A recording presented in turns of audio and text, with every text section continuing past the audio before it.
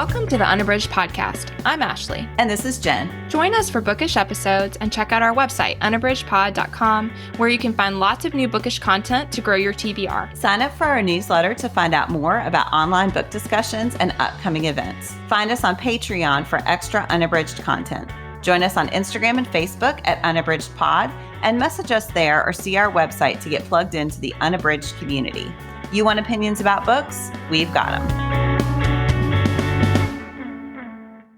Hi, everyone, and welcome to Unabridged. This is episode 314, Romances for the Beach. So just as a reminder before we get started, if you use bookshop.org to purchase any books, you both support independent bookstores and you can help support us.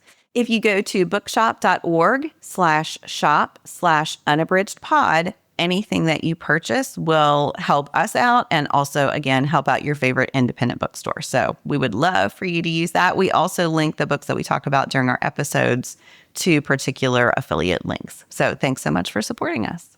All right, we're going to start with our bookish check-in. Ashley, what are you reading?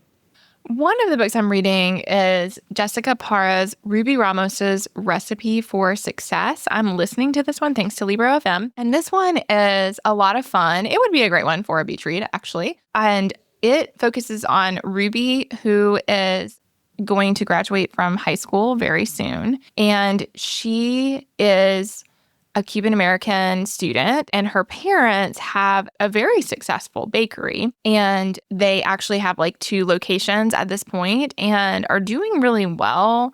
And yet you get a sense right from the beginning that her parents, who fled Cuba, came to the US, are really wanting a different path for Ruby. So Ruby absolutely loves baking and is really into it. But she also is extremely studious, hardworking, and her family is wanting to help her go to law school. And so kind of everything in her life revolves around how to move her toward that trajectory. And her parents, though they know that she loves baking, have tried, especially her mom, has tried to deter her from devoting all of her time and energy toward her family's bakery because they really want her to be able to have this, like what they foresee as an easier, more successful future that will be like less friction than the one that they have had. And so Ruby is working on a lot of different directions to try to make that happen. So she's on this debate team. She's the captain. They have this kind of group of girls, all of whom are trying to get into the Ivy League schools, and all of them have this way of supporting each other. And also some of them are really cutthroat and cruel. And there's kind of this undercurrent of privilege and opportunity given to people in privilege. And so Ruby is feeling like she's really having to fight her way into this group. And then also, of course, feel some resentment for the not so great parts of that community. So she's working on the debate team. She's trying to get that going. Math is kind of her weak area. And so she is trying to improve in that and winds up with a tutor. And the tutor is this lovely guy, Ryan, who is a math genius. And she is getting to know him, and you're seeing some little romance sparks happening there. And so that's developing. And then she finds out in her community that there is a bake-off competition. And so she feels this pull toward the bake-off, even though she's essentially been banned from baking, basically, especially in this final part of her high school career, so that she can be on the track for all the opportunities she's wanting to have at college. So I don't want to spoil anything, but I love the tension in the book. I think is really well developed. And I think that we see Ruby as somebody who's so kind and so full of ambition and opportunity, and yet also very relatable, that it's like you can't put all of your energy in every direction. And so then what does that look like when you're not able to do that? And what does that mean? There are a lot of kind of mishaps in communication that lead to some secrets that are all pretty heavy and at the same time very understandable, and how they develop and how she kind of lets them continue to fester in the way that secrets sometimes do. So yeah, I just am loving it. I think it's a really compelling story about what it looks like to try to find your own path, to love your family, to be second generation, to want to take opportunities that your family wants you to have, but also to try to find your own way. So again, that's Jessica Parra's Ruby Ramos's Recipe for Success, and I am really enjoying it. Oh, that sounds so good. I will definitely add that to my list. That's not on my radar at all. I think it's a great summer read for sure. Jen, what about you? What are you reading? So we are recording a little early, as you actually know, and I am reading June Hers, The Forest of Stolen Girls. This is our May buddy read pick for Unabridged. And this is historical fiction. It is set in Korea in 1426. And the main character, Hwani, has returned to Jeju Island to investigate her father's disappearance. So her father is known as Detective Min, and he is an excellent detective who went to Jeju for two purposes. One is to investigate the disappearance of 13 girls who over several years have gone missing, and nothing has ever been discovered about who has done this to them. And also, he thinks that their disappearance may be connected to something that happened to Hwani and her younger sister, Mayor, when they were much younger. And in the course of his investigation, he has disappeared. So Hwani, who fancies herself sort of a detective also, decides to return to Jeju. Her sister has lived there since the incident happened. So Hwani and her father moved to the mainland, and Hwani has not seen her sister since this incident happened when they were 13 and 10. And every year, her father would return to see Mayor just to, make contact again. At several points, he kept saying he would reunite the family. Hwani later discovers that this is a little more complicated than what she had been told. So when Hwani arrives on Jeju, she is dressed as a man, because at this time, it's definitely easier for single men to travel alone than it would be for her if she were dressed as a girl. She returns to this village, and she's immediately just swept up in sort of the corruption that is causing it to be difficult to determine what happened to these girls. There are a lot of people who have an interest in not admitting that they were taken or that they have gone missing because it makes them look bad or because then it obligates them in some way. And really, the only thing she has to go on is her sister's memory of what happened when they were young. So Hwani doesn't remember it at all, but essentially they were in the forest. Something happened that Hwani doesn't remember, and the next morning they were found near the body of another girl, and her father was never able to figure out what went wrong. All that her sister Mayor remembers is that there was someone in a white mask. And so I'm at the point in the book where that has come back into play. So I am really loving it. I think that Hwani's perspective, because she is a bit of an unreliable narrator, both because of what she's been told her whole life and only knowing one side, and also because of this gap in her memory, makes her a great sort of point of view character for this kind of mystery novel. So I'm really interested to see how it unfolds. I'm loving it. This is June Hers, The Forest of Stolen Girls. Yeah, I'm right in the middle of that one too, Jen. And absolutely, I'm really compelled. I've read several books that are set on Jeju, but never so far back. And so it's really interesting to see they have such an interesting culture that, has a lot of renown. And so it's interesting to see some of the historical pieces of that as well. And then, yeah, I'm really interested in the mystery component of it and how it all unfurls. Yeah, I look forward to it. I hope it has a really satisfying ending. Well, fingers crossed. So, all right. Well, we're going to move on to our main discussion. So each of us is going to recommend a romance that would be perfect for some beach reading. Ashley, what are you going to recommend? I would like to recommend Alicia Ray's Partners in Crime.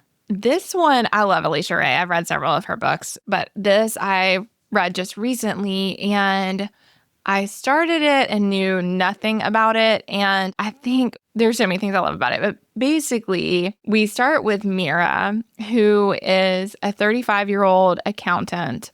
She has a complicated past that takes a while to unfurl, but she's definitely wanting to get away from a lot of the dysfunction of her family in her past. And because of it, she has really kind of protected herself and kept herself. But she's tried to do a lot of matchmaking to try to find a partner. And the matchmaking keeps not panning out, but some of it is because she guards herself so carefully to try to keep her past in the past and to keep people away from these parts of her family that she doesn't want anyone to know anything about. And so she's got a lot going on in that arena and is kind of feeling like she's just going to be single forever, even though she would like to have a life partner. So Mira's got what she is trying to make a very stable life, but her aunt has passed away. She had already distanced herself from her father, and her mother had passed away. She'd kind of lost connection to a lot of her family,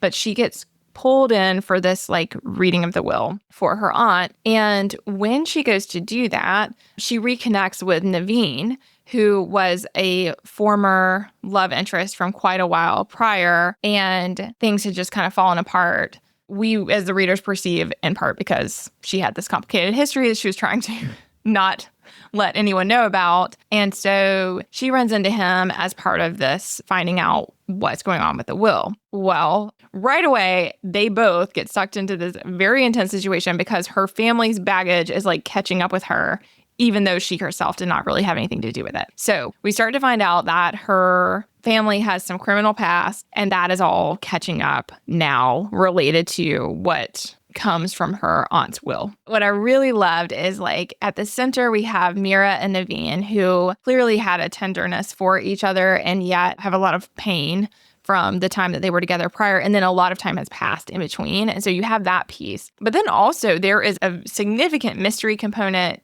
It's kind of heisty. There is a lot going on that's very action-packed. And yet they are like bumbling their way through it because neither of them are particularly ready for a intense situation. And so I felt like what I really loved with this one that is different than the others that I have read is just like the intensity of the situation is kind of thriller-like, but then you also have the romance piece that I would say that she's known for as a writer. So I think this is a really fun one. I think it's great for the beach. It is very fast-moving and lots of twists and turns. So again, that is Alicia Ray's Partners in Crime. And I highly recommend it. I think it's really fun. It's the first in a series. Yeah, I have not read that one. Somehow I missed it because I do love her books and I try to read them as soon as they come out. So I'll definitely add that on my list for summer. Boosting my TBR here today. I think you'll love it. And both of those that I have mentioned today are fast moving for sure. What about you, Jen? What's your recommendation? So I'm recommending Carly Fortune's Our Perfect Storm. Fortune has become one of those authors. She typically publishes a book every summer, and I always love them. I think she has a really great balance in her books of romance, but also of a deeper emotional storyline, I should say.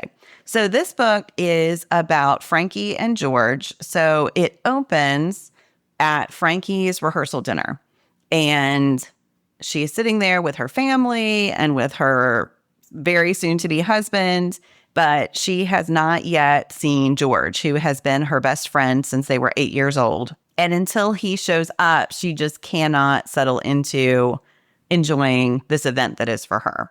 And he does eventually show up. But what becomes very clear is just how close they are, even though there is no hint yet of romance between them. She is really in love with her fiance, which then becomes a problem because the next morning she finds a note that says he can't marry her. He's so sorry. And she does not know what has happened or what has gone wrong. She is understandably devastated.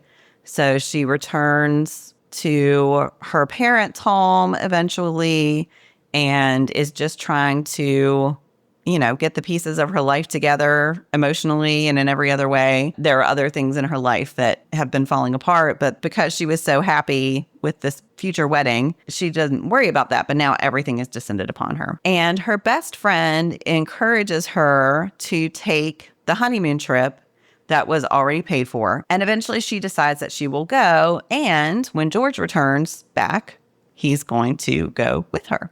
So they go on this honeymoon trip to Canada in this very natural part of Canada, very luxurious resort.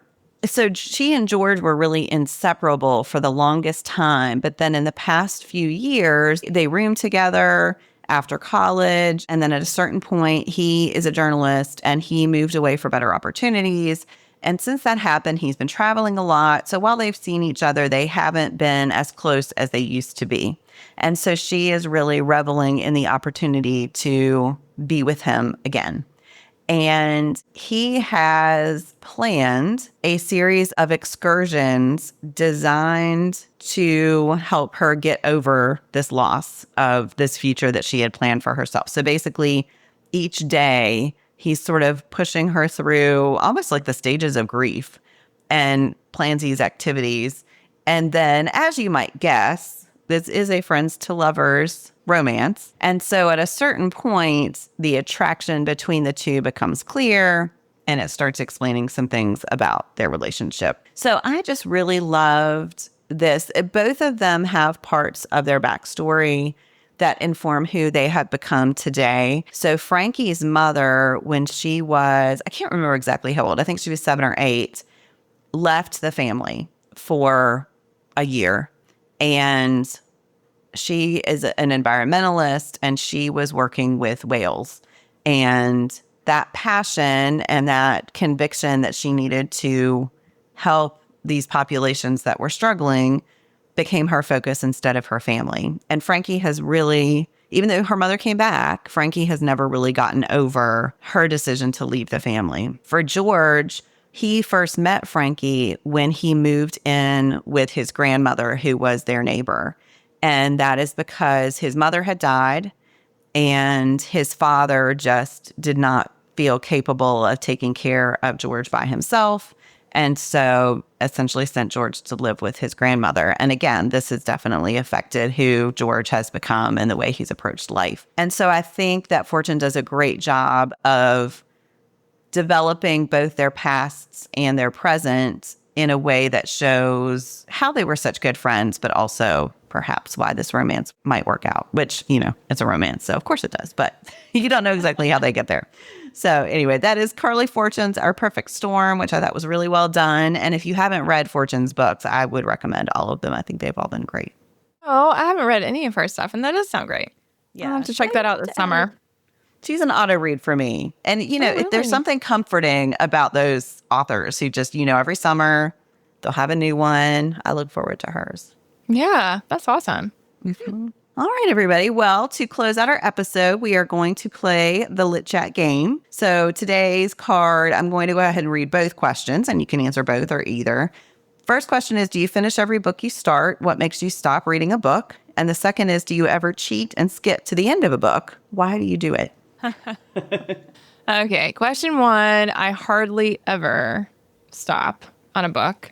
I think I used to abandon books some, and I do on very rare occasion now, but like not consciously. Like I still won't actually officially say I'm not going to finish this book, and I'll just like leave it open forever on my reading list. And I think it's because once I started keeping track of what I read, I just couldn't bring myself to DNF a book, which is silly. So I think that's something I would like to come back to. Like I would like to say like, oh, this book's not working for me and I'm just going to stop. But yeah, at the moment, no, I'm really bad at that. And I normally feel like I have to trudge through no matter how much I dislike something, which is silly. So work in progress. For the other one, no, I don't ever skip to the end. Occasionally, if something is super emotionally intense and I cannot stand not knowing, I will Google whether the terrible thing happens. Sometimes I will do that. Like if I feel like I need to put at ease what that outcome could be. So not often. I hate spoilers, but yes, on rare occasion, I will be like, I just need to know if like this character is going to make it or not. Or often, as I've said many times on here, if it's related to a dog, I need to know the outcome with the dog.